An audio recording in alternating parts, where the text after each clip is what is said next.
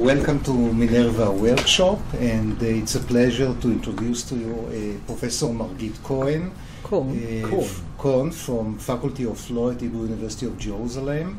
Margit is an international renowned scholar in public law, comparative public law and regulations, and law and society. So it's a pleasure to have you. With Thank a you particular very much. interest in the United Kingdom. Somewhat. Among others. Okay, yes.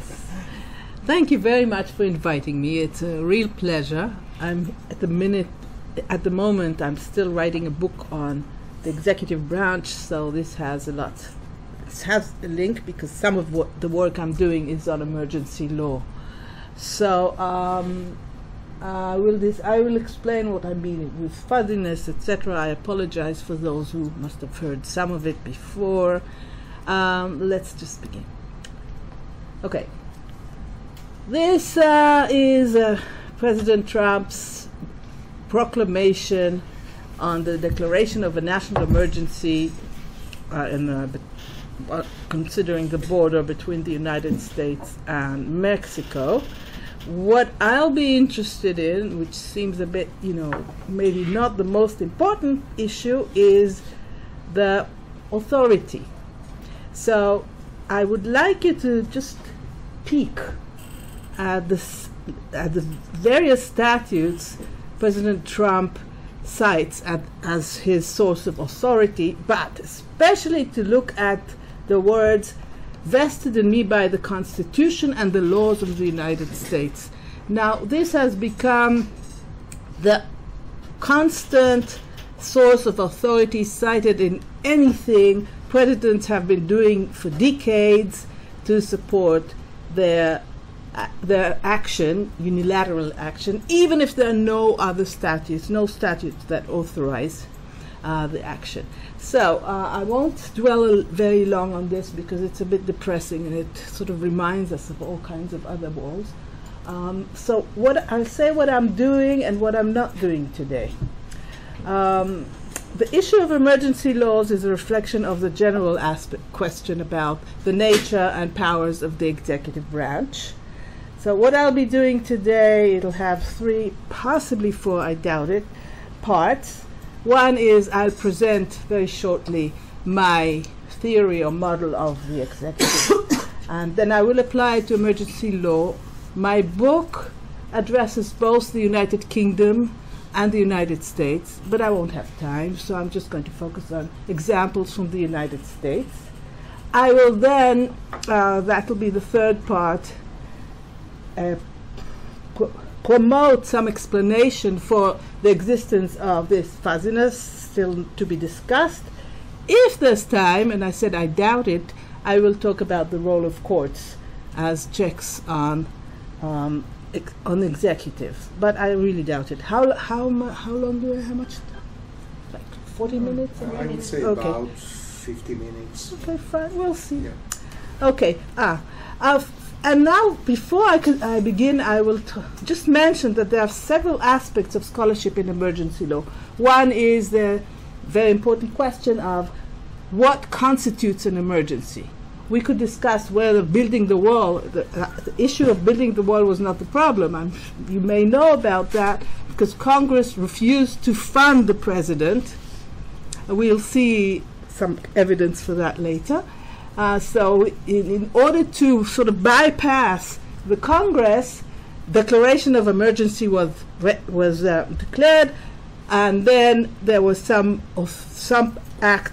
statutes that were invoked in order to enable the president to continue with the funding. Now, as you may know, the whole thing is still debated in courts.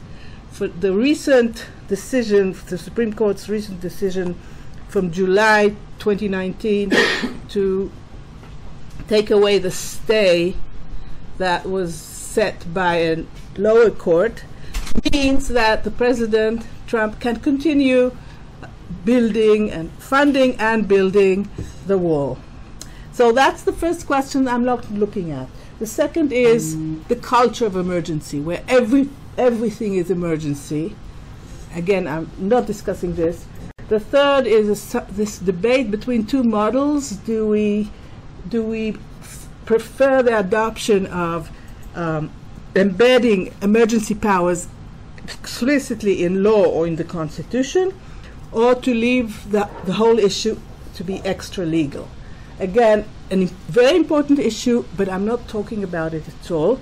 It ties in with the third question, actually ties in, but sort of only obliquely, with what I'm talking about today. So let's begin. A little bit on how I view the executive branch. There are two starting points in this general theoretical exercise. First, I believe in complexity. I'm not looking for hierarchical structures. I'm not trying to ask who is the bearer of the last word, who is the dominant. I believe life is much more complex than trying to figure out very simply a sort of a formula that explains who is the strongest. Not my cup of tea at all, or coffee as well. The other one is concerned with the idea that public law is organized around internal tensions that are not resolvable. We can look at legality. We need to authorize the constitutions, but then if we give constitutions, the question is, what about the will of the people when they want to change what the Constitution has said? So this is one example. Of course, I am looking at the internal tension that concerns the executive. I'm not going to discuss this. You can just look through it. Gone. Gone. Now, what I'm saying here, that it's pretty clear that the executive branch in any liberal democracy actually operates in two seemingly opposing ways. On the one hand, under the separation of powers ideal, what is the executive? The executive should execute the law. So it's subservient to the legislature. I think we can all agree about this. But on the other hand, all of us know that the dominant player in any, again, liberal democratic polity, obviously also in illiberal, non-democratic polities, but I'm not talking about them, the dominant player is the head of the executive. I don't have to say much. So here we have the opposing idea of the executive as a sort of a CEO, chief executive officer. Well, the word executive actually bears those two meanings. In Hebrew, it doesn't work that well. Hamevatzat means to execute the laws. But again, I can't say that in Israel it's much different. Meshela means to govern. Exactly, you could say that. Now, my argument is that this internal tension is irresolvable, and that the executive sort of operates, sort of sits has one leg on the one side and the other on the other side. So sits on this fence. And the question that I address in my book is, how does law empower without setting limits, still maintaining a facade of legality?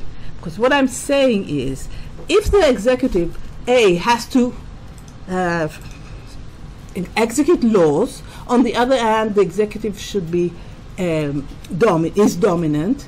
I'm not talking about illegal actions of heads of executive. No, I'm not interested in that much. I'm more interested in the sort of this gray area, which has been discussed by David Eisenhower as gray holes, which are quite similar to what I'm saying. The only thing I've added, what I've done is to further develop this idea and to find ways in which these gray holes appear and continue to direct the executive branch and the system in general. So, how do you retain the tension? I'll start with the idea of legality.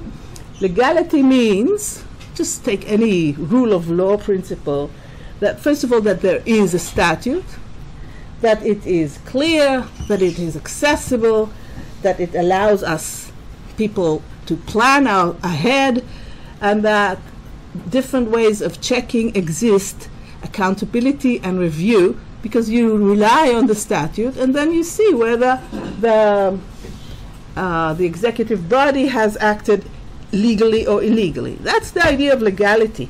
What happens with fuzzy legality is a situation where the law just doesn't give any concrete direction to act. It's very open-ended. In a minute I'll be going back to that very.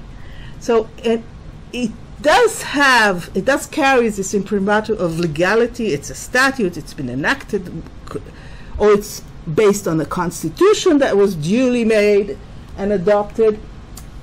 But you can't understand what the law is. It's not very accessible because it's very mixed, and I'll show that. And it's very difficult to review the powers because of this fuzziness of the law. Now, again, it's a matter of degree because, as we all know, statutes are open-ended, interpretable, and sometimes it's necessary. I'll get to this when I get to part 3. But I'm talking of something that is beyond just the necessity. I'm talking about situations where we have a complete, I can use the term mess. You just cannot understand what's going on. So, as I said, it's a problem. If it's intentional or not, or you don't care? I'll discuss this in part 3. Now, what I did in my book is identify, you won't be able to see this very well, 13 ways or 13 types of fuzziness. I'm going to talk about some of them in a second. But what I did was classify those types of fuzziness by their generator. Enter focus in a second. There'll be focus on this in a moment. So, that was part 1. Now I move to part 2. I want to show examples of fuzziness in emergency law, discussing the United States. As I said, there's quite a lot about the UK. I wish I could attend your talk about emergency law in Israel. We'll see what happens. Have you? Is it? No, we rescheduled it, so you still have a okay. Don't I'm worry. teaching on Wednesdays next semester. So let's start with this. Constitution-generated fuzzy legality. I'll give 2 types. I present 2 types of these and give you a couple of examples. Now, constitutions, written constitutions, are obviously open-ended. That's not a. We need constitutions to be flexible enough. But I'm talking about ways in which the Constitution really does not give any direction as concerns the powers of the executive.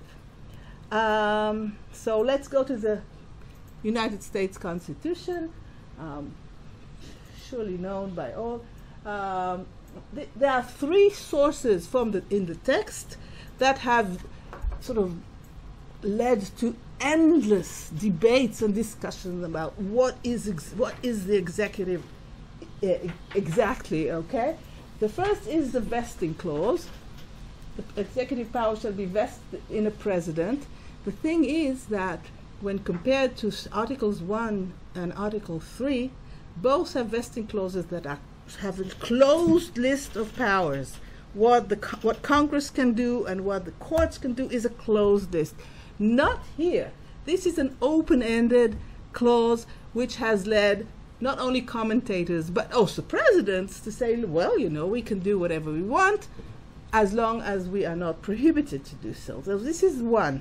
The second is very relevant for our context. The president shall be commander-in-chief of the Army and Navy of the United States. Commander-in-chief could mean very little. No way. It means anything the president believes to have any kind of military aspect, he will rely, or she, but it's he, on this commander-in-chief clause. The third one may be less important for emergency in the emergency context is the take care clause. Take care that the laws are faithfully again, executed. Of course, one could again interpret this very narrowly. Laws exist, you execute them. But there's no way this has ever been discussed or interpreted. Definitely not by presidents. So this is one example. I'll go to the second, because in addition, various doctrines that are based on constitutional law at large have established powers for executives. I won't talk about the royal prerogative in the UK because I could, but we're limited in time and space and whatever. So I'm going to just give you an example that is relatively well known, and this is President Lincoln's explanation in 1864 about his revocation of the habeas corpus. The various other such declarations, but it's enough. So what we see here is that it's much important to preserve the Constitution, the state, the preservation of the nation, than follow the law or the Constitution to its. So if the Constitution says that the habeas corpus should not be suspended, and the president has done this, obviously this is more than what I usually talk about, but with regards to fuzziness, then there is some kind of recognition that has never been rejected, neither by courts nor by, obviously, subsequent presidents or anybody, that in emergencies, things like this can happen. There are various other constitutional doctrines, but I'll leave this at that. To empower or to limit power? To empower. To empower. The idea here is to empower. Now the question is, it could, but ask any president. Come with strings attached, this is what I'm saying. Yes, and ask any court that was. There's this challenge about President Trump's decision to declare an emergency due to the building of this wall. He cites crime and drugs and whatever. It's still being discussed in court, but not looking that great. Okay. I move to the second generator of fuzziness. Here I have a very long menu, but I will only discuss one of them, where I call it patchwork legislation. Actually, years ago, I wrote an article on patchwork legislation in Israeli emergency law, very long ago. But this is a very well... חקיקת טלאים בדיני החירום. Yeah, it was published in Mishpatim. What I mean here is actually, and that this has been a development since that very old article, is that there are various ways that challenge the idea that any aspect that is given into the hands of the executive or the government is organized around one legislative mandate. All-inclusive, very clear, and that's it. Now, we all know this is not the case, but it's extremely popular, let's say, in emergency laws. Yes. And I find two ways of patchwork. One is compilation. There have been a few comparative studies of emergency laws around the world, and what Nicole Castillo saw in 1982, I'm sure it hasn't changed since, was that in polities that believe or actually go through emergency periods, each emergency leads to the legislation of another statute, usually after the emergency has ended. And nobody thinks about repealing the previous ones, so you have a sort of a compilation or piling up, as she calls it, of legislation. Now, if you have 10, okay, in the United Kingdom, it's really, really strong. 10 sources of power, each of them obviously different. The executive has several options. The head of the executive can decide to use any of these. I will not know in advance, or enact another one.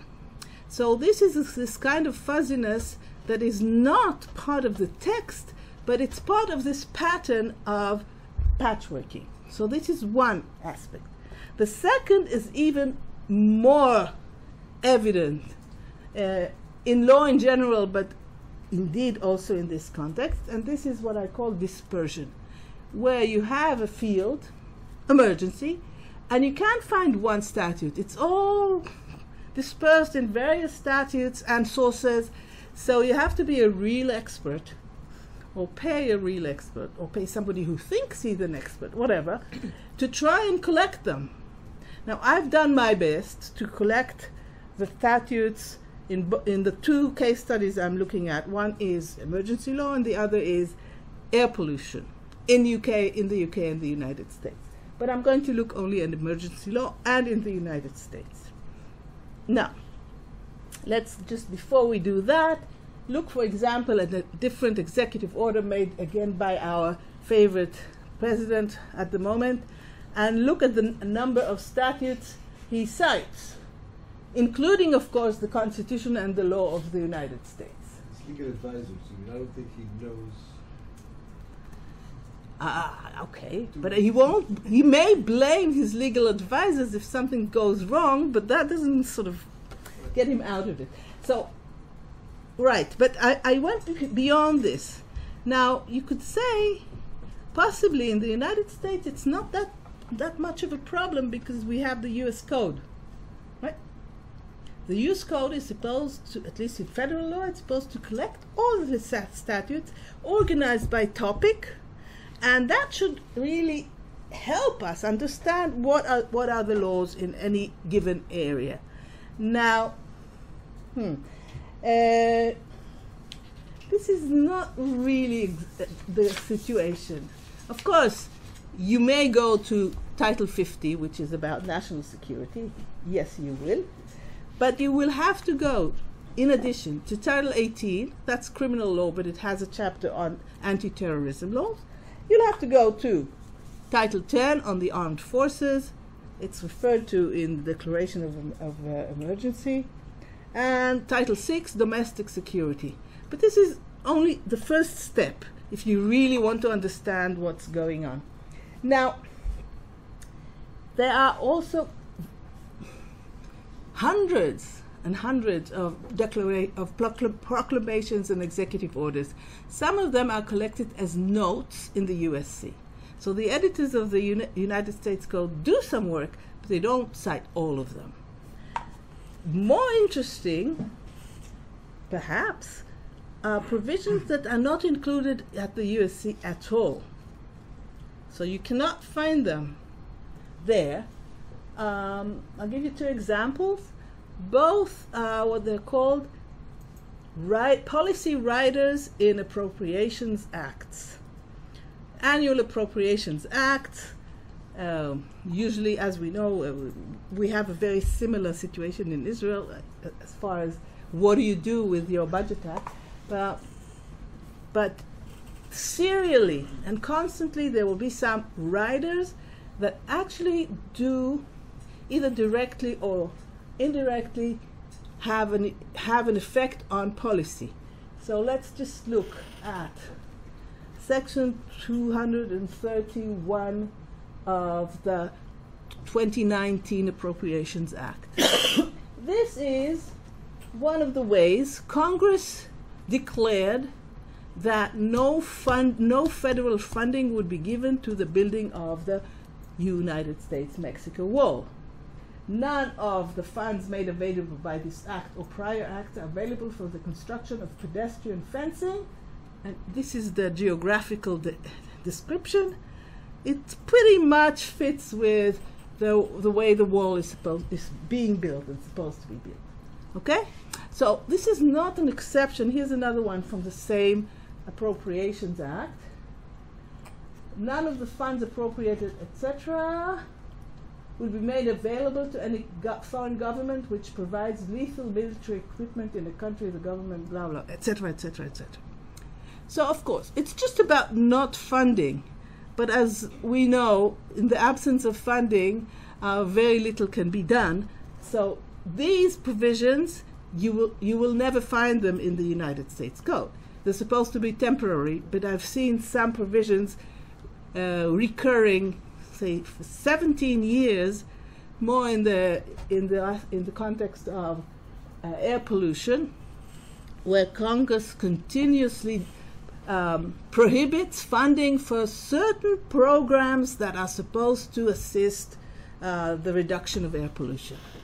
So can be important, but cannot be found unless you spend months on this and tear your hair out, or your hair turns gray in the process.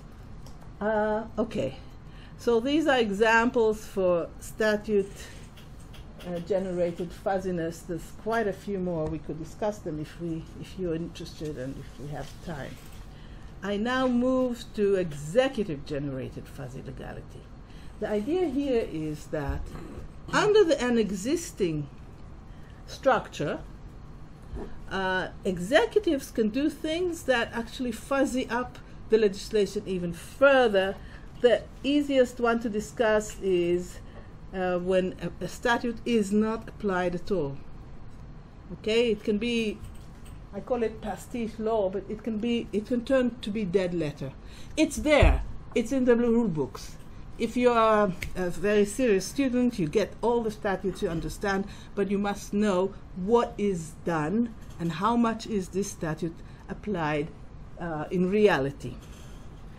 I think you know which example I'm going to talk about. If you do any work on a United States emergency law, it will be the War Powers Resolution.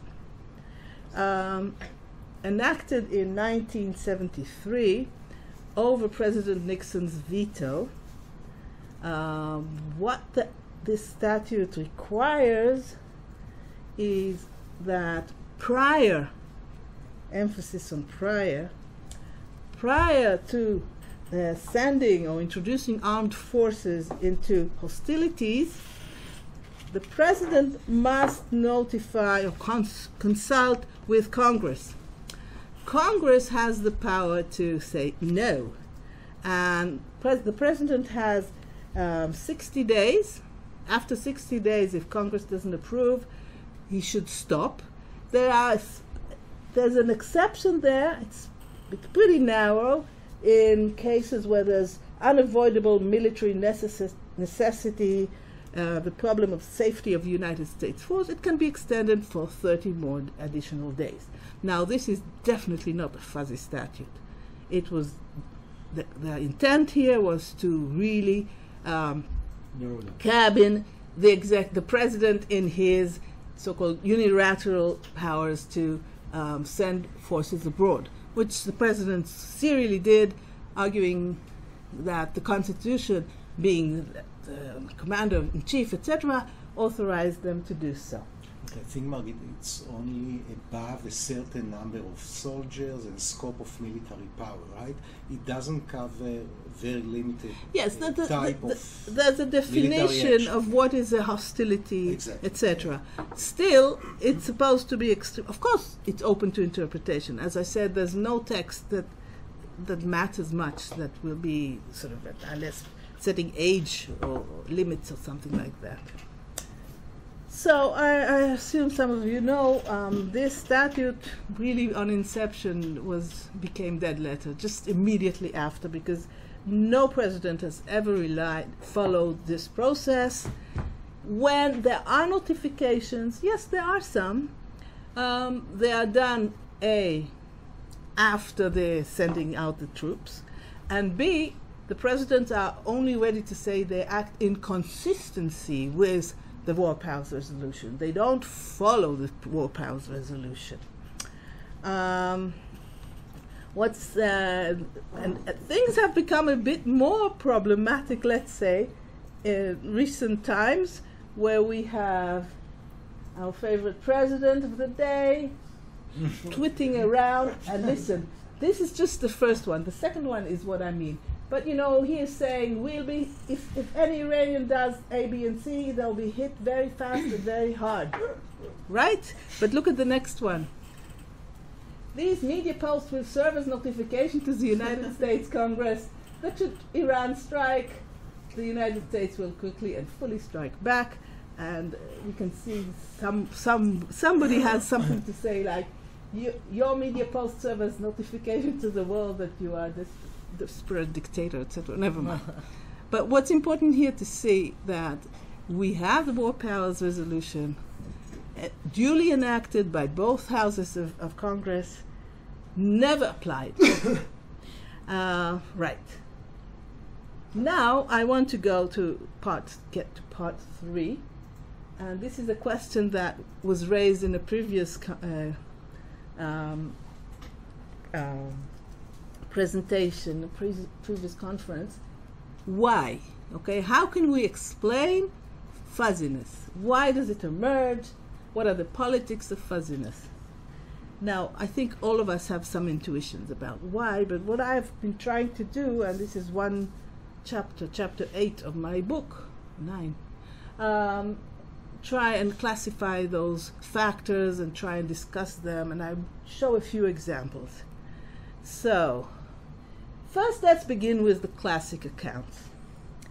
First, there are the arguments from the administrative state that we have to give the state, or the head of the executive, a lot of discretion because of the needs of the administrative state, because the executive is the expert on the matter, and conditions change very, very swiftly, and therefore, you know, we know these arguments, the administrative state and discretion. So that's one classic account. The second is, and I find this again and again in analysis of, say, discretion and other forms of open-endedness, that the intentions of decision makers, of designers of statutes, are bona fide. Now, this is very typical, not political scientists, but I saw that in quite a few works written by law professors. So again, it links with assumption 1, because if you want to be flexible, etc., you really want to achieve the ultimate form of governance, and therefore you will allow for open-endedness, because that is what is required. You can translate this in the context of emergency laws. Obviously, we need flexibility, we need swift action. We can't go back to Congress or to Parliament and ask them to give us additional power in the midst of war. Okay, I don't reject any of these, but I think there's much more that we need to discuss in a bit greater detail. Not that this hasn't been done, but here's my take on this. Now, this is a distinction that I'm not sure I'm going to stay with, because I'm not sure it works well, but I'll just present it and see how we continue with that. This might help me. So initially I said, okay, let's look at other factors and classify them as endogenous and exogenous.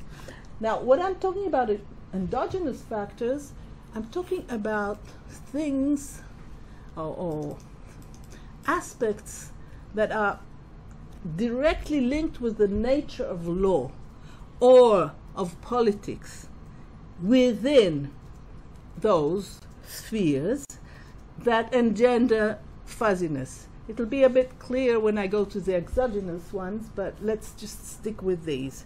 So in this group, I basically have one main factor, which I take from new institutional analysis.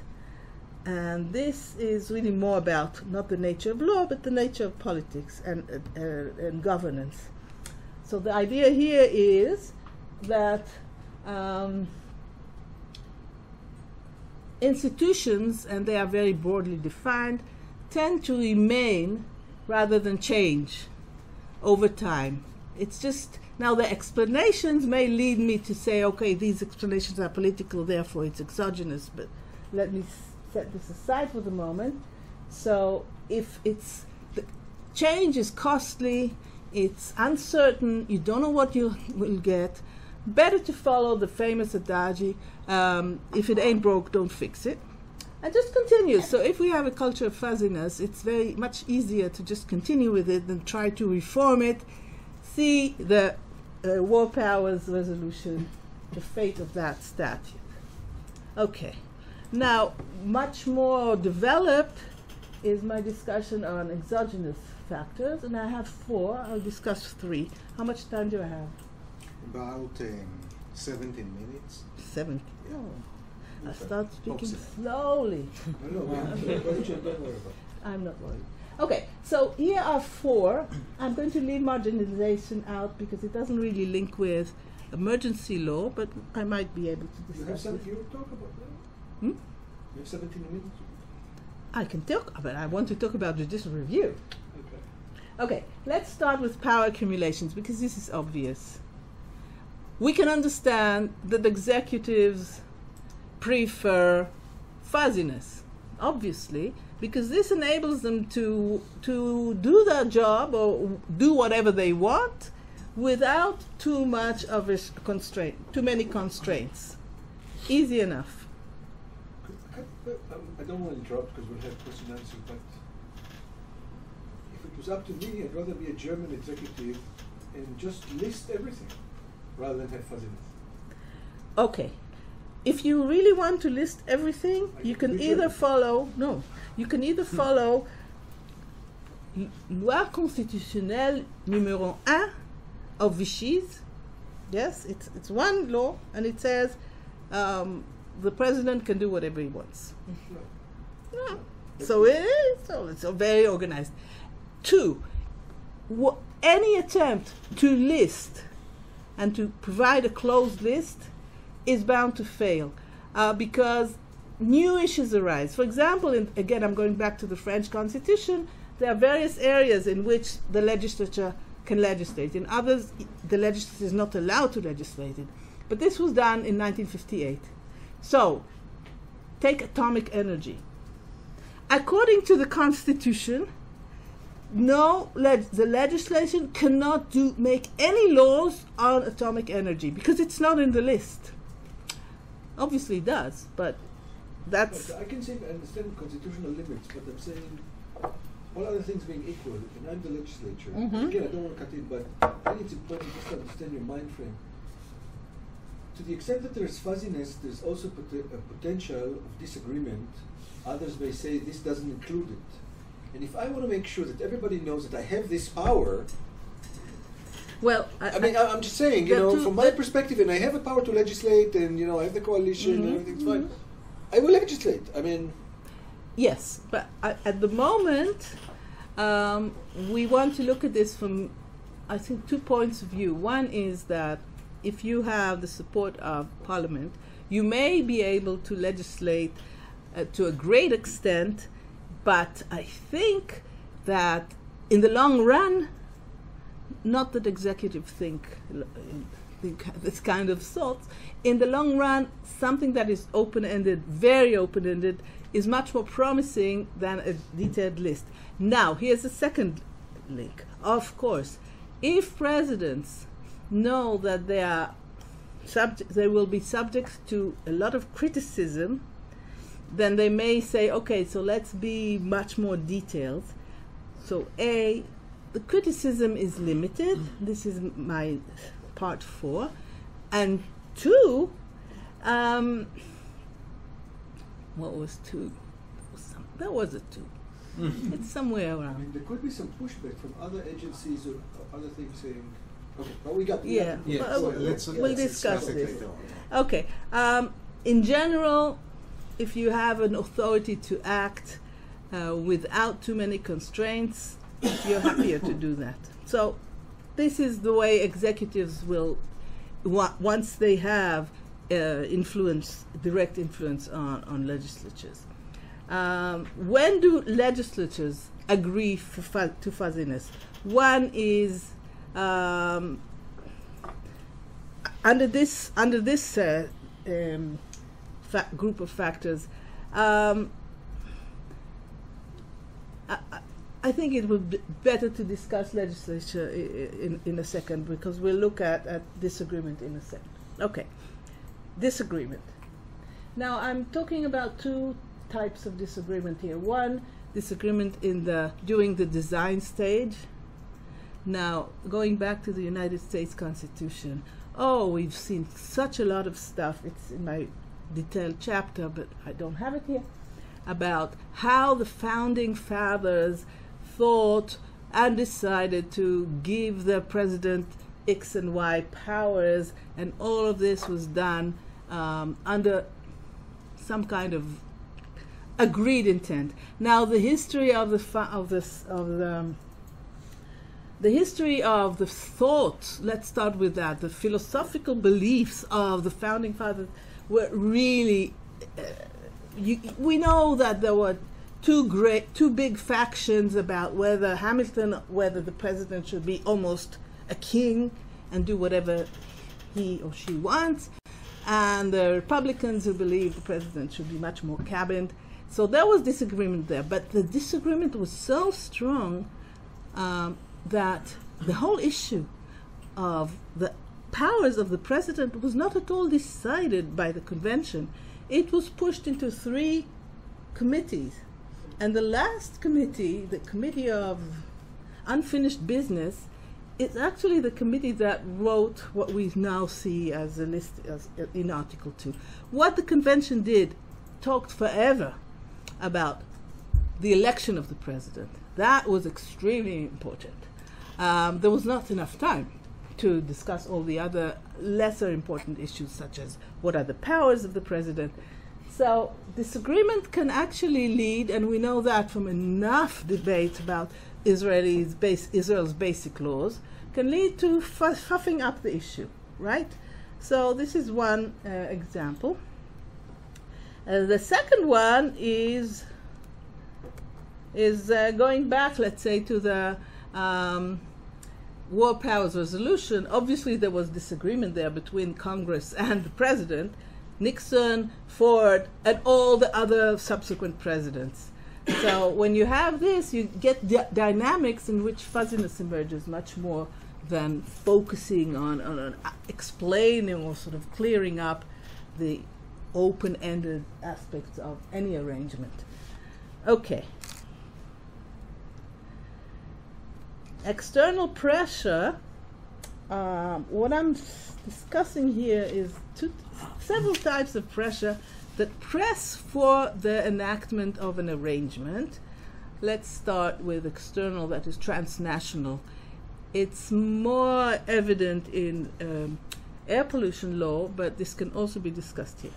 Assume there's pressure from, let's say in the United Kingdom, until tomorrow, from the European Union to enact on air pollution, or the United States as well is a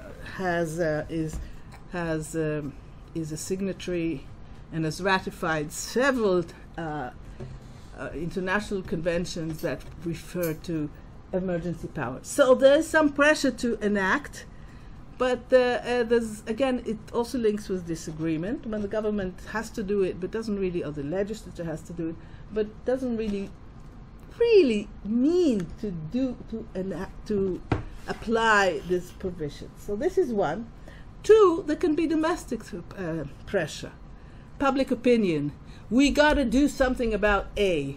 So the legislature, backed by the executive or the opposite, will enact. But the question is, how far will this statute be indeed applied? This is again an aspect that I discussed earlier under the title of dead letter law, pastiche law. Okay. Now the question is, do we have time or do we stop? We have 10 minutes if you would like. If not, we can open it for a round table. Yeah, maybe judicial review should be very interesting for us. Yes, I will be happy to do so, but just to be sure I don't miss out on anything, because I was sure I wouldn't have the time. But We, okay. we didn't stop you with too many questions. We held our tongues. It's okay. I have no problem. Okay. This is something I'm developing. This is my last chapter. Up to now, this book is really sort of in the spirit of, let's say, political analysis. It tries to explain reality, classify it, understand the forces that lead to what I call fuzziness. And then, but this part is much more normative. It's about, okay, I think we can agree, fuzziness is, let's say this in the most simplistic way, fuzziness is bad. It's an unavoidable problem. So what do we do? Now, my argument is that let's see what the judiciary can help, how the judiciary can assist in cabining or constraining fuzziness. Now, to do this, I start with, I start with crossing out this assumption that the judiciary is problematic because, as we know, it's not elected, etc., and it has the power of the last word. No, It doesn't. it, as we all know, no. So I take this out. So this will also alleviate the other make the other arguments a bit more convincing, I hope. Now, the second issue I want to do, the second point I want to make is that I'm trying to develop a neutral normative argument. What I have found is that very often those who support the court also agree with what the court has been saying, and once the court has changed its political color, they will start denigrating the court. So I'm trying to come up with a theory, I think I have one, that sets these elements aside. This is very clear in the United States, where in the 1960s, 70s, all liberals really hailed the judiciary as the savior of the nation. But now there's been a generation change, also maybe easier for those with clean consciences. Now that the court is conservative, the liberals are writing stuff about how awful judicial review is. So I think this is really okay. You can do that, but don't try. Happening for years. But in Israel, about the left. It's been happening for years in Israel. I think what's been happening in Israel, part of it is because too many scholars just follow whatever's going on in the United States. But never mind, that's a different issue. But obviously, I think that this is this is it's not interesting as such. It's worrying. Yes. Let's say that. So what I did is I went to I assessed the role of the courts under visions of participatory deliberative democracies, where I developed this much more than what the literature usually does. Deliberation, you can have, I don't know, referenda or whatever, to what I can call open market of ideas. We know that from various other aspects in law, constitutional law. What the court does, what the judiciary does, is actually act as another intermediary for the discussion of open issues possibly also between those who do not have direct access to the decision-making powers that be. That's one. Two, sometimes the discussion in court just invigorates the discussion, the issue, because it raises an issue up on the agenda. Now, I'm almost done, but you could look at both at Miller in the United Kingdom and at the decisions concerning the wall, as both are challenges that have tried or are directed to take away the idea that the president or the prime minister can do whatever he wants unilaterally with no interference at all. What I find here is that courts, since they don't have the power of the last word, they assist in creating a much stronger democracy that is based on participation. And that's it, basically. Thank you very much. Okay, thanks very much. So let me open with a very generic question, and then maybe we should just do a kind of a round table discussion. So I didn't understand why you don't consider fuzziness is conducive to deliberative democracy. It should be quite conducive, right? Because if different people can offer different interpretation to the same law, it might be very conducive to a dialogue. Yes, but what I'm basically discussing fuzziness in the context of how fuzziness serves the president. Now, the issue here in the most of the book is about how presidents can manage to act themselves in the absence of constraint. They say, I follow the law, I follow the Constitution, but let's see you catch me. So that's basically it. Obviously, if things are open to interpretation, there'll be various interpretations. But this is not what the executive is interested in, and that's the main focus here. Okay, thanks. So let's do maybe start with Amnon. Okay, sure, Amnon. sure. So I think this. I've had the pleasure of hearing some parts of it once before, and I have basically three main questions. The first has to do with the nature of the project. So it is a matter of classifications, in the sense of we walk in the legal world, we see this animal, and we say, oh, this animal is fuzzy. Look, it's fuzzy. If this is the case, I think that which counts as fuzzy should be explained not necessarily in terms of the norm generator, which is how you presented it here, but rather in terms of, regardless of who generated the fuzziness, what makes fuzziness into fuzziness that is distinct from that which requires interpretation. Because as you said, the starting point is that interpretation is built in. So I take it that there is some, either as a matter of degree or as a matter of kind or both, some type of way for us to distinguish it, or maybe that in itself is fuzzy. So maybe there's a fuzziness about fuzziness, which then you get it, which then makes this whole category sort of like, what do we do that? The second question is institutional in a sense, and here the question is: do you think that there are sufficiently distinct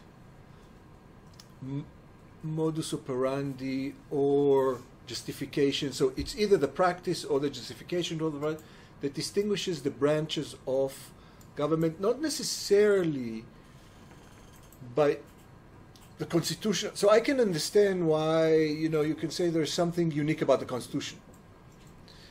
But is there something that distinguishes state legislature versus federal legislature? Do you think that there is one agency that generates bylaws, such as whatever, the FCC versus the SCC? Is there anything institutional that is not generic, that is non-generic, that you can say you can say here that will illuminate this notion of fuzziness as embedded in institutions, because part of your analysis is interesting because you say it's institutionally embedded. And I think that the most pertinent question I have to this forum is, what does it have to do with emergency? And if Eli was here, he would ask something like, what is your theory of emergency? And he would say something like, is there something fuzzy about emergency per se that then requires a fuzzy response? Or is it the contrary, that because emergencies are actually clear, you need a clear response? Or the inverse, so you say emergencies are fuzzy, but because they're fuzzy, you actually need a clear response, because under emergencies you need to cabin those executive powers we worry about, So what does this add to the debate? And then, of course, to the question of judicial review about the debate. Do courts behave differently under emergencies? This ties in Gadi's literature on courts and national emergencies. And so there's three initial very, very excellent comments. I'll try to address them. The first one is that in a chapter in which I discuss in more detail the different types of fuzziness, I also explain for each one of them when it is likely to move from the realm of regular open-endedness, let's say, to fuzziness.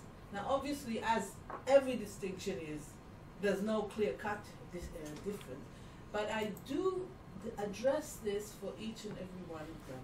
So when I discuss discretion, obviously there's a lot being done on discretion, and there's a good reason to give discretion. But when you have a statute that says, and that's very typical to do whatever is necessary. Exactly. So there's no real direction. But is it fuzzy? So here's sorry for a pushback here, but you can say it is it's very clear. It's just not restricted. So there's nothing fuzzy about it. Just do whatever is necessary. Yeah, but it depends how you. So you see, what I'm saying is that the fact that you give a lot of power doesn't necessarily, in my mind, maybe I'm just not understanding properly, but I'll explain a bit. Okay. So what I discuss, what I call fuzzy, is not just merely open-ended. It's a situation in which something in the structure of the law or its application renders the law really unuseful to understand what's going on. Okay? So it's epistemic, so something epistemic we cannot understand? It's not, in a way, it means that, again, going back to the well-known values of the rule of law, whatever you call it, what we have is a structure that is called law and passes all the formalist tests, but in fact is not clear, it does not enable us to plan out steps, plan ahead, does not enable reviewing bodies to understand what is really going on. So the idea of legality here is compromised. So really, I think the issue here is this link between fuzzy and legality. So I'm not really talking about just interpretable texts. Hart has done enough of that. I don't really have to repeat this. So it's just a different way of looking at the way statutes or constitution direct the polity in ways that are discernible enough. Now, enough is important here. So I explain in this part of the book when is statute. When does a statute become that fuzzy that it really gives us nothing except for the title? So when you're saying, I'm relying on the Constitution and the laws of the United States, which all presidents have been doing, what does this mean? It doesn't give me any idea about what it means. If I want to challenge it, because we have these very long lists, but I set them aside. If I want to challenge it, what do? Start looking for all the laws and the Constitution of the United States, how they've been interpreted, etc. So the idea of fuzziness here is there's a very tenuous link between legality and the way the law is designed or applied. So I don't know if that helps at all. No, I still need to think about it more. But Okay, sure. Now, regarding institutions, now, of course, there are various issues here that I address in the first chapter, and that is, okay, we're talking about, I'm not sure I'll be answering your question, but I'll do what I can. in a fuzzy way. No. Fuzzy is good. In a we like fuzzy way, under your interpretation, not mine. Okay. What about agencies, independent agencies? What about them? I mean, if I'm talking about the executive, am I talking only about the central government, or am I talking about the executive in a broader sense? What am I talking about? Okay. So I address this. Obviously, it's a question that should be addressed, and the way I have done this to date is that I argue that in the end it definitely works for the United Kingdom and obviously for the United States. I believe that generally also for other countries. In the end, almost all so-called independent agencies are subject to some, or maybe a lot, of executive direction.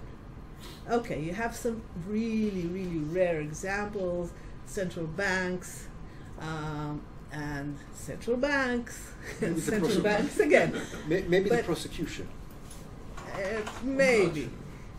But I don't, yeah, okay. But these, definitely I agree, but I don't really discuss them as executive bodies, but obviously they are. Okay. So this is the argument. You can see, again, going back to the United States, even independent agencies, they are listed in an executive, several series of executive orders, require the agencies to report to the OMB, the Office of Management of the Budget. If they're subject to the OMB. Oh no, but they are, all of them. The Executive Order 12291 and its successors distinguish between those agencies that are parts of government, ministries, and those that are independent. But even the independent ones are not free from overview by the OMB. None is really free. But I don't want to get into detail. There is a review and there is the OIRA review, so it's two different. So I'm talking about the OIRA one, yes. Okay. Let's take more questions. Would you like? Well, there's just a question of I think, the question of what is your definition of emergency and theory of emergency? Yeah. Okay. As I said, this was one of the questions I decided not to look at. Now, I'm here to present a paper on fuzziness in emergency law. But where I come from is not emergency as such, but executive power. And the example is emergency. So this is why it's a bit skewed in that direction. It's just the way I'm doing my work. Okay. Thomas. So 3 quick questions. Maybe the theory of emergency can help, because in a sense it seems like what you're saying is maybe we can say something Schmittian along the lines of the ultimate power is vested in the person who's able to pronounce on fuzziness and then thereafter try to solve it. So that's sort of something that I thought maybe came out of your talk. A second question is, you're interested in courts as intermediaries, and maybe we should talk about this more, because the paper I'm writing here is about a similar idea. Mm-hmm. The question is whether there's anything unique about this role of courts with respect particularly to fuzziness, or that's particularly interesting, because I think that's a general function of courts. Mm-hmm. And the last point is, can we think about at least legislated fuzziness as a mechanism of shifting hot chestnuts to the court, Sure. as we see happening? Sure. It's part of what I'm Not just to the court, also to agencies. Sure. Yeah. Okay. The third argument is definitely discussed, and it didn't arise here, but definitely about fuzziness and judicial review. A much earlier article I wrote about the royal prerogative, my argument was, it was published in Public Law, was that because the prerogative and other non-statutory powers of of the government in the UK is so teetering in the mist or whatever, I didn't use the term fuzziness, then we need to have anxious judicial review. I'm talking about the UK. Because of the issue of, because of the problem here, the danger to proper governance, this is one reason why you need to have. So again, so this really answers your question. I may want to add some more emphasis on this. What is deliberative? What does the deliberative function help, particularly with it helps here in my redefinition of the nature of judicial reasoning and judicial judge-made law. It's not, I mean, in the end, courts don't initiate processes. They respond to processes brought before them, at least in the common law world. So it helps in sort of readdressing the courts not as a danger to democracy, but as promoters of democracy. That's the aspect here. Do they clarify fuzziness or do they add to fuzziness? Courts. Both, probably. They will review the danger of abuse that is part of what fuzziness is. I don't know whether they can succeed on removing fuzziness. Maybe they add to it. They may add to it. I don't say that fuzziness is something that we can sort of take out of the system. It's unavoidable. But I'm looking at the aspect of abuse here, about the danger to the polity, and therefore arguing that we can either say, okay, we can leave this with the president. The president can do whatever he wants. There's enough in public opinion. Posner and Vermeule's book on the executive, which I managed to not to mention until this moment. It's your fault. I don't know. Right? So we don't need to, you know. It's all fine. They all this, of course, before Trump came into office, but they were really very happy with the president at the time. They said, okay, we have public opinion. The American public is afraid of tyranny, and therefore there's nothing going to happen if nobody looks at what if courts are not involved at all. Now, I don't agree with this. The issue is that if you argue something that is completely outrageous, you're bound to be cited thousands of times, as has happened with this book. So I'm contributing to this in my book, sort of trying to get this out of the system, out of my system, and maybe out of the system altogether. So yeah. Okay, Sean? Yes. As the former senior executive in one of the companies in Israel, I take it to the company's arena. Mm. I was subjected to the board of directors. To the board of directors. Yes. And we have guidelines. Mm-hmm. And I think that Dissenhouse made a distinction between the rule by law and the rule of law. Of course, there is no doubt that we have to conduct our business or daily conduct by law. But yet, there should be flexibility. I'm not talking about fuzziness. Mm-hmm. Flexibility in discretion of executive, and even deliberative fuzziness from the outset that gives us this flexibility. And if it's a deliberative fuzziness, we haven't distinguished between negative fuzziness and positive fuzziness. I think that there is a good element of positive fuzziness. It's not always negative. Yeah. I think we are talking about here on fuzziness without this distinction. But I think that negative fuzziness should be something that is contrary to law, and positive fuzziness should be something that goes along the law, even if it doesn't, spell out specifics. And this is the distinction that we have to do. even regardless if it's in the business arena or in the political arena or whatever. That's my comment. Yeah, okay, I agree. As I've said also in the presentation today, some flexibility is necessary. I don't reject those arguments at all. I'm just trying to carve out the cases in which the degree of this open-endedness renders the law actually immaterial. It's just there. You have the title, but in fact, either the president says, "Okay, I can do whatever I want because court has never constrained me." There's quite a bit on this as well. I didn't get to talk about this. Or I can.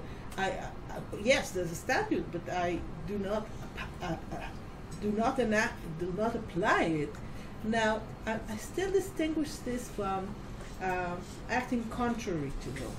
Now, how can you apply how can you act contrary to the War Powers Resolution without being contrary to the law in general? Because you rely on the Constitution, you rely on doctrines, you rely on various other things. So, as I said to start with, I don't want to talk about action that is contrary to law and relies on nothing at all, but is really ultra vires. This is not the case in the example I've just given you, because there's enough constitutional backing if you want to go that way, and presidents will want to go that way. And therefore, this is a distinction that David Eisenhower made in he looked at it differently, but I can sort of adopt his distinction between black holes and gray holes. For him, a black hole was a case in which powers can be exercised without any judicial review or any review whatsoever. So I can say a black hole is a case in which the executive acts contrary to law. Okay? Now, this is obviously a problem, but it's much more pervasive. The way when we have those gray holes, when we have facades of laws, this is much more pervasive, much sneakier, or more sneaky, I don't know, than just blatant disregard of the law. So again, I think you can say there are 3 degrees here. Obviously, distinction between them is not clear-cut. It cannot be. And I do not reject the idea that we need flexibility in law. We need selective enforcement as well. But the question is, taking this example, this type of fuzziness, what happens if selective enforcement becomes sort of a general rule of non-enforcement? And if you're not an expert in the field, you will not know about this at all. So I'd like to go back to Amnon's comment previously. So is it unique, this kind of fuzziness? Is it unique to emergency legislation, or is it by and large a phenomena in administrative law? Executive Absolutely power not. Okay. My 2 case studies are emergency laws and air pollution laws. Okay. Okay. And And I you don't show find the same any- patterns. No distinction between them, nothing that you can say, but there's something unique about emergency, or in fact your claim is there's nothing unique about emergency. Well, I never addressed this as such, because for me these were 2 case studies. Okay. Now I can think about it and say, is there anything unique? Of course, when you have emergency law, the pressures are much stronger. The needs are much stronger, but also To be the more pressures fuzzy or to be less fuzzy? more. And generally, I'm looking at the moment. I'm looking I'm looking at the executive. Okay, and there are stronger ways to justify what you're doing. Yeah, I'm looking at the executive. Where's our Michal? Where is our? We looked at something similar in terms, not fuzziness per se, but I mean we didn't know your. I wish we did. We could have saved us some work. We looked at the legislative dilemma on whether to release. I don't want to say release the house, because that's, or whether to release the language so as to empower the executive Yes. to do more, or whether actually to go the other way and say no. we want to maintain greater checks sure. on you, Mhm. and you see different models. Exactly. Indeed. Especially because of Indeed. emergencies, because Indeed. you need the executive more under emergencies, but you're afraid from it more in emergencies. Indeed. So I mean, but it sort of balances in a way. But you know, ask Greta Thunberg what she thinks about air pollution, and she will think it's, no, I'm just saying. you know. She just thinks it's one kind of an emergency. It's just yes. so air pollution Indeed. from this perspective, it's just one kind of an emergency. Indeed, looking at it from this aspect, which is not where I start from, is that obviously the issues are more acute, the needs are more acute, the dangers of abuse are more acute, and my argument is that, I don't know if this is in here, is that we can't reach a clear-cut solution and say, okay, let's No, now no, legislate. no. We agree Obviously. that it's just a Obviously. trade-off. So in this situation, but it exists in any field of government power, in any important field. I don't know what's an unimportant field, because actually I have very a strong fondness for those so-called lesser important issues, because I started out as an administrative lawyer, so I think that it's okay if you can run around, burn the flag in the nude, but don't have money, you have to sleep under the bridge. So I have this way of looking at things. But obviously you will find this everywhere. You may find this also in other areas of law, which I'm not as interested in at the moment. So basically this book is about the executive branch, so I stick to that. Definitely. Oh, this is a very small question. There's a lot of legal literature and philosophical literature about fuzziness, about vagueness, and I think Endicott's book about... Yes? Yeah. So my feeling was kind of a lot of things get under the title of fuzziness, but maybe if you look at that literature, they're not exactly fuzziness. They may be called under... Yeah, like something else. I mean, is it just for the convenience of calling it all fuzziness, or do you put all these things under... Well, yes, I of course I know Timothy's book. I've tried to coin this term to give it some kind of meaning, central meaning, that sort of gives this whole structure some kind of a discernible meaning. Obviously, there's a lot more out there, but. Just to follow up, because I think it ties back to this very notion of this animal called. So assuming that, I mean, it's a question of underdeterminacy, right? If I understand you correctly, we have a norm, but the extreme indeterminacy, let's say. Okay, so it's extreme situation. That okay. kind of So it's indeterminacy of a greater degree than normal language. Normal, so which ties back. But the question then, if I get your question right, the question is, to the extent that now you're a classifier, right? So you're this zoologist who wants to tell us more about the animals. Are there subcategories of extreme undeterminacy, irrespective of the generator of the norm, that you can still say, this is about the way there's no internal direction, but this is about the way that some other feature of it causes the extreme undeterminacy. Are there subfamilies that are not related to whether it's in the Constitution or a statute or some other? That we can then try to understand in what way is this different from existing literature. Or yes, that sort of repeats your earlier question, which is absolutely fine. Thanks. Now, the distinction between generators was just made to sort of give some kind of order to it. It does nothing. It has no intrinsic value as such. As for looking in greater detail, there's also, I'm supposed, this book is supposed, OUP requires me to write 250 pages. It will be a bit difficult as is.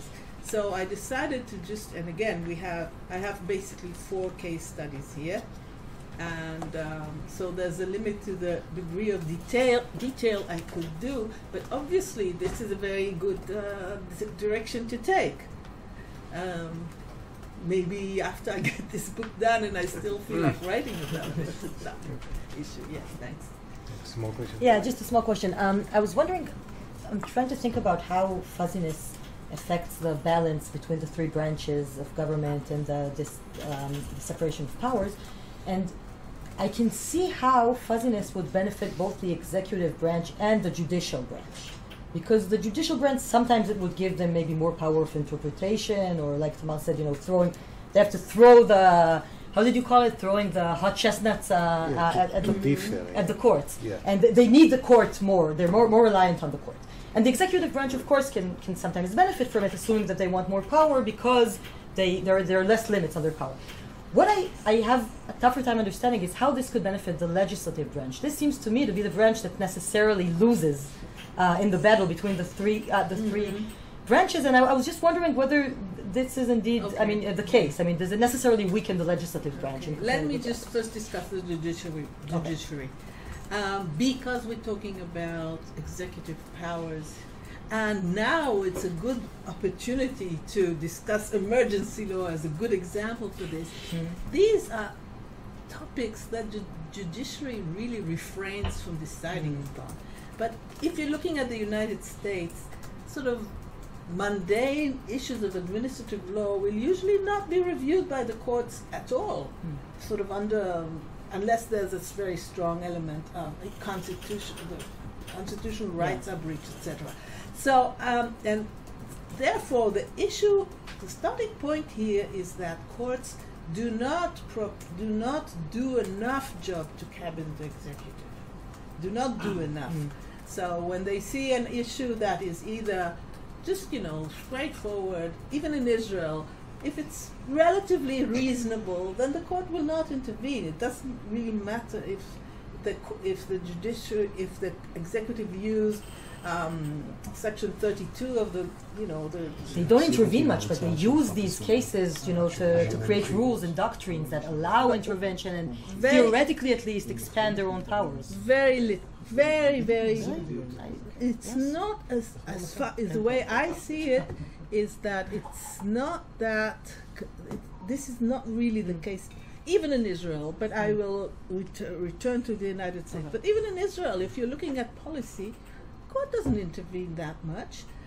It doesn't really matter in a way. But the court in Israel has done some very good work in the.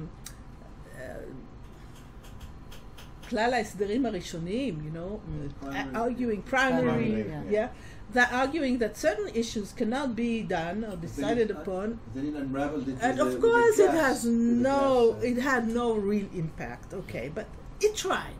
But you won't find this in other courts, in the systems I'm analyzing.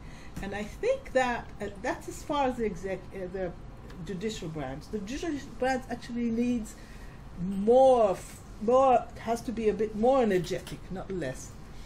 Even though they're formal verdicts, and there are also lots of compromises and little things, and sometimes the court intervenes in many ways, but they do it not in the United States. No, in Israel. I'm talking about Israel. Not in the United States, not in the UK. Generally, no. In Israel, it's an interesting case study, but again, it depends on what kind of areas you're talking about. As for the legislature, here comes the hot potato arguments. The legislature can actually throw this issue to the executive, and therefore this means that it will be under less criticism. This also means that it will be reinforce its power as a legitimate player in the political sphere. So I think it's possibly the opposite. Anybody with last question, because we have about 2 minutes left. Okay, so let me say, Margit, in an unfuzzy way. Maybe you want to have some closing remark for the generations to come. A closing statement. Well, I think, as I will sort of borrow this from somebody else, executives matter, and we want to be a bit more focused on them. Funnily enough, there has been no research on the executive as a branch for at least never been, okay? So this is really a very underdeveloped research area. Therefore, and now today with our respective prime ministers and presidents in the United Kingdom and the United States, it's become again very popular. Trust me, it was a popular subject, let's say in Nixon's time, and whenever you wanted to raise your head. But it requires a bit more attention. In emergencies, obviously, sorry for saying this, but also in general. Thanks very much, Margit. It was fascinating. Thank you. Thank you all.